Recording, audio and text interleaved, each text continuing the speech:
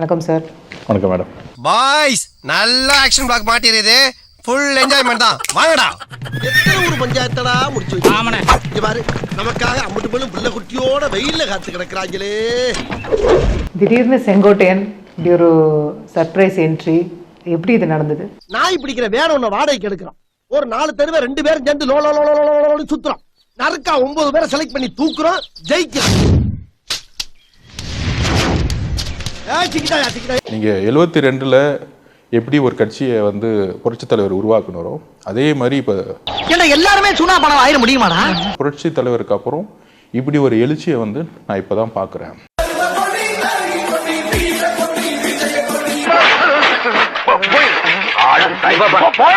அவரை உங்ககிட்ட கொண்டு வந்து சேர்த்து விட்டதே பிஜேபி தான். தன்னை எதிர்க்கிறவங்க யாரெல்லாம் வந்து ஒருத்தங்க எதிர்த்து வந்துட்டாங்க, திமுக வேற யாரு இருக்கா? அவரை பொறுப்புல இருந்து எடுக்கிறாங்க, நேர டெல்லிக்கு போறாரு.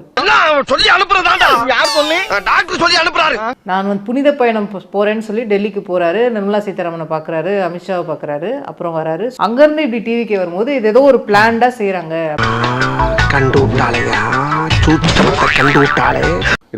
இதுக்குள்ள ஒரு இன்டர்னல் அஜெண்டாலாம் ஒண்ணும் கிடையாது. ஒரு இயற்கையாவே சேர்ந்த ஒரு விஷயம் இது. இதெல்லாம் புயல் காத்துல உட்காந்து எவனா போரி சாப்பிடுவான், அவங்கிட்ட போய் சொல்ற. அங்க இருக்கிற முக்கியமான புள்ளிகளை தானே நீங்க உருவி உங்க கட்சியில சேர்த்துட்டு இருக்கீங்க. அங்க மக்களை ஏமாத்திட்டு இருந்தவங்க உங்க கட்சிக்கு வந்ததும் புனிதரா மாறிடுவாங்களா? இந்த மாதிரியான ஆட்களை வச்சுக்கிட்டு நீங்க மக்களுக்கு தூய்மையான ஆட்சியை கொடுத்துருவீங்களா? நீ கேட்ட ஒவ்வொரு கேள்வி என்ன செருப்பால அடிச்ச மாதிரி இருக்குடா. மாதிரி இல்ல, உண்மையிலே செருப்பால தான் அடிச்சாங்க. அதிமுக ஊழல் கட்சியே இல்லையா? அதுதான் சொல்றேன். அதாவது ஊழல் பண்ணாங்க பாருங்க, இந்த பேச்சிலே நீங்க புரிஞ்சுக்கலாம் இந்த யாரு எப்படி என்னன்னு. மக்களை சாவடிச்சு ஊழல் பண்ணக்கூடாதுங்கிறத எங்களுடைய கோரிக்கை. யார சொல்றான்? அந்த ஊழல் கட்சியில 50 ஆண்டுகளா பயணித்து பங்கு வகித்த திரு செங்கோட்டையன் எப்படி இன்னைக்கு இவ்வளவு பெரிய பொறுப்புக்கு இங்க வர்றாரு? ஒரே நிமிஷம் நான் பதிவு பண்றேன். நல்ல டைம் எடுத்து சொல்லு. செங்கோட்டையன் அண்ணன்கிற ஒரு தனிநபர், அவருடைய அனுபவம், அவருடைய நிர்வாக திறமையில அவர் மேல என்ன குற்றச்சாட்டுகள் இருந்திருக்கு அப்படி பாத்தீங்கன்னா இது வரைக்கும் அவர் மேல எந்த குற்றச்சாட்டுகள் இல்ல.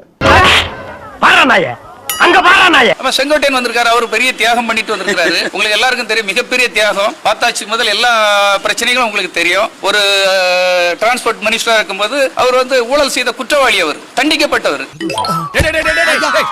ஐயா உனக்கு நில்றா, ஒருத்தர் நில்றா, அவரு நில்றா, சும்மா நில்றா. 1992ஆம் ஆண்டு ஜூன் மாதம் 20ஆம் தேதி அந்த பாச்சாத்தி பாலியல் வன்கொடுமைய சூத்திரதாரி சைலண்ட் கில்லர் செங்கோட்டையன். ஏண்டா தர்த்தரம் முடிச்ச மூதேவி, உன் கதையில காரி துப்புற மாதிரி இருக்கு. ஒரு புதிய மாற்றத்தை உருவாக்க பாருங்க, ஆதவ அர்ஜுனா மாதிரி ஒரு பொண்ணையே ஏமாத்தி கல்யாணம் கட்டினவன். அவ்வளவு பெரிய அகாடா நீ. நமக்கு தேவைன்னு தலைவர் முடிவு பண்ணாரு, அதனால அவர் இணைந்திருக்காரு. நம்ம ஒரு மாற்று அரசியலை கொடுக்கணுங்கிறோம், ஒரு சுத்தமான அரசியலை கொடுக்கணுங்கிறோம், ஒரு ஊழல் இல்லாத அரசியலை கொடுக்கணும்னு சொல்றோம். நீ ஊழல்வாதிகள் அவ்வளோத்தையும் கூடல வச்சுட்டு எப்படி ஊழல் இல்லாத ஆட்சியை கொடுக்க முடியும்? ஊர்ல நொண்டி நோசக்கா, வெந்தது வேகாது, பெட்டி கடையில கடன் சொன்னது, பீடியை கிள்ளி குடிச்சது, சந்த கடையில கருப்பி திருடிட்டு கொண்டது, இந்த மொத்த கோபம். அதிமுக இருந்து இன்னும் பல பேர் வர போறாங்க. ஏன்னா எங்க மக்கள் சக்தி இருக்கோ கண்டிப்பா வரும். அப்படியே குத்தம் மூக்குல இருந்து ரத்தம் வரும். இன்னும் குறிப்பிட்டு சொல்ல போனா நான் சொல்றேன், இன்னும் பிப்ரவரி மாசத்துக்குள்ள இன்றைக்கு இருக்கக்கூடிய 2 அமைச்சர்கள் தவை கட்சியில் சேருவாங்க. இன்னையில இருந்து உன் பேர் Dravid. What are you saying? கண்டிப்பா மொத்த சனினா வந்து இந்தியாவுல இறங்கிட்டேன். கூட்டணியே நாங்க அடுத்து எடப்பாடியை கூப்பிடணுங்கிறோம். எடப்பாடியை கூப்பிடணுங்கிறியா? சரி, அவரு வந்தானா முதலமைச்சர். எங்க அண்ணா முதலமைச்சர், எடப்பாடி வந்து அசிஸ்டன்ட் முதலமைச்சர். இவன்லாம் ஒரு லீடர், இவனுக்கு 2 பாட். நீங்களே திமுகவோட பி டீம், அது ஏன் அப்படினா உங்க மேலே குற்றச்சாட்டு. என்னையா பேசிக்கிட்டு இருக்க? 3 வேளை சோத்துக்கு உழ வச்சிட்டு போயிடாதயா? இதெல்லாம் வந்து திமுக வந்து இந்த பி டீம் சொல்றதெல்லாம் கலைஞர்ட்ட இருந்து கத்துக்கிட்டாங்க. எப்ப எதுக்கு சைடாவே வா, உன்னையெல்லாம் நம்ப முடியாது. ஒரு துக்கம் கேட்கறது கூட நேர்ல போக மாட்டேங்கிறாரு. நான் எங்க பார்க்க முடியும்? ஒரு தலைவர் வந்துட்டா அந்த இடத்துல 40,000 பேர் வராங்க. பிரச்சனை எங்களுடைய பிரச்சனையை புரிஞ்சுக்கோங்க. நீ என்ன அவ்வளோ பெரிய அப்பாட்டாகிறா? இல்ல அவ்வளோ பெரிய அப்பாட்டாகிறான்னு கேக்குறேன். விஜய் அவர்கள் ஏன் போக முடியலங்கிறதுக்காக காரணத்தை சொன்னீங்க. பட் 40 நாளா நீங்க யாருமே போலையே. நீ கேட்டது கரெக்டான கேள்வி. நீங்க போயிருக்கலாம், திரு புசி ஆனந்த் போயிருக்கலாம், கட்சியில இருக்கிற முக்கிய நிர்வாகிகள் யாருமே அவங்க வீடு தேடி போலையே. எனக்கு நிறைய வேலை இருக்கு, நான் ரொம்ப பிஸி. அதாவதுங்க, ஃபர்ஸ்ட் கிரி சமாளிடா சமாளி. ஒரு சூழ்ச்சினால பெரிய இழப்பு ஏற்பட்ட பிறகு ஃபர்ஸ்ட் வந்து அவங்களுக்கான இழப்பீடு டிக்ளேர் பண்ணோம். உள்ளபடியே விஜய்க்கு மனிதாபிமானம் இருந்ததுன்னா 41 பேர் செத்து போனாங்க. 2 குடும்பங்களை அவர் விட்டுறாரு. ஏன்னா அந்த 2 குடும்பங்களின் சார்பா அவங்க பேர்ல இவங்க வந்து உச்சநீதிமன்றத்துல பெட்டிஷன் போட்டாங்க இல்லையா, வழக்கு போட்டாங்க இல்லையா, அவங்க 2 பேரும் சொன்னாங்க எங்களுக்கு அந்த வழக்கு சம்மந்தம் இருக்கு, எங்களுக்கு தெரியவே தெரியாதுன்னாங்க. அந்த 2 குடும்பங்களுக்கு குறிப்பாத்து என்ன பண்றாங்க, அந்த 20 லட்சத்தை அனுப்பவே இல்லை. நீ எல்லாம் மனசாட்சி இல்லாதவன்டா. கட்சியில எல்லோரையுமே ஒரு கொலை குற்றவாளிகள் மாதிரி இந்த திமுக அரசு உருவாக்குச்சு. உங்க பொதுச் செயலாளர் காணாமல சார் இருந்தாரு. ஒரே வழக்கு எடுத்தேம்பாரு ஓட்டம், போலீஸ் ஸ்டேஷன்ல கூட எவ்வளவு ஓடுறியா அப்படின்னு கரூர்ல இருந்து ஓடி வந்த நீங்க எங்க ஓடி போயிட்டு ஓவர் நான் கேக்குறேன், அசிங்கப்படுத்திட்டீங்களா? டிவிக்கே வந்து பிஜேபி பி டீம் சொன்னா அப்ப காங்கிரஸ் எல்லாம் போக மாட்டாங்க. அதனால தமிழக வெற்றி கழகத்துக்கு தலைவருக்கு என்ன மாதிரி கூட்டணி உருவாக்கணும், எப்படி ஆட்சி அமைக்கணும், எப்படி நிர்வாகம் செய்யுங்கிறது எல்லாமே தெரியும். யாரு? நானு.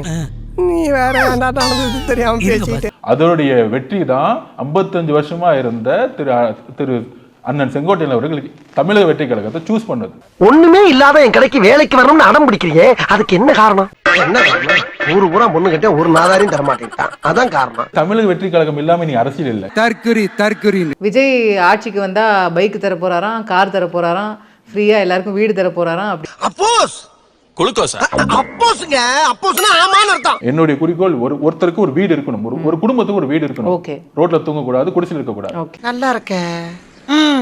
இன்னொன்னு, ஒரு அரசு பேருந்தை மட்டுமே சார்ந்து இல்லாம எல்லாருக்கும் ஒரு பைக். சரி, அது வந்து நிச்சயம். நாம ஒவ்வொரு வீட்டுக்கும் சொம்பும் குடமும் கொடுத்து ஓட்டு கேட்டோம். இவனுங்க என்னடா பைக் தர போறாராம், கார் தர போறாராம், கொடுத்து ஓட்டு கேட்டிருக்கானுங்க. டெபாசிட் வாங்குவானு கேக்குறேன். அவர் சொன்ன மாதிரி ஆட்சிக்கு வந்த பிறகு அவர் உறுதிப்படுத்துவார். புடுங்குது, அதெல்லாம் ஒரு கணிக்க மாட்டாங்க, அவ்வளவுதான். சர்க்கார் படத்துல இலவச ஃபேன் மிக்ஸி கிரைண்டர் எல்லாம் தூக்கி நெருப்புல போட்டவர். இந்த மாதிரி பப்ளிக் பிளேஸ்ல அசிங்கப்படுத்த கூடாது. அன்னைக்கு ஏதோ ஒரு ஃபைனான்சியல் ப்ராப்ளம் அந்த மாதிரி ஆயிப்போச்சு. இன்னைக்கு வீட்டுக்கு வீடு பைக் தரேன்னு சொல்றாருன்னா எனக்கு அது முரண்பாடா தெரியும்.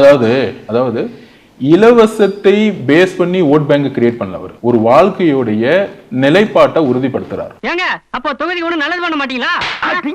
யாரை பார்த்து என்ன கேள்வி கேக்குற? ஆண்ட ஆட்சிகளை ஆள வேண்டுமா? புதிய தலைவரை உருவாக்க வேண்டாமா?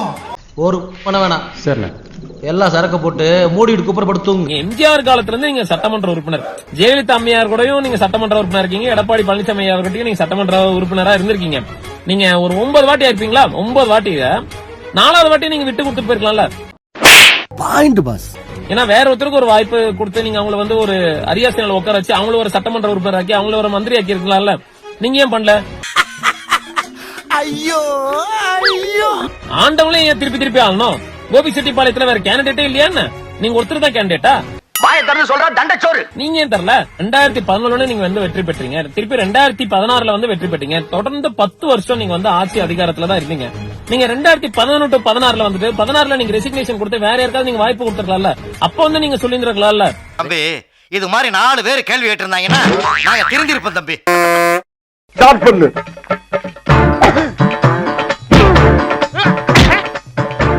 இங்கிட்டு வா. அப்படியா? படைக்கல மண்டல மட்டும் அடிச்சிடாத, குலக்கேசல் உள்ள போயிருவேன். சரியா? உங்க வீட்டு பிள்ளையா நினைச்சு எல்லாரும் என்னை மன்னிச்சிருக்க.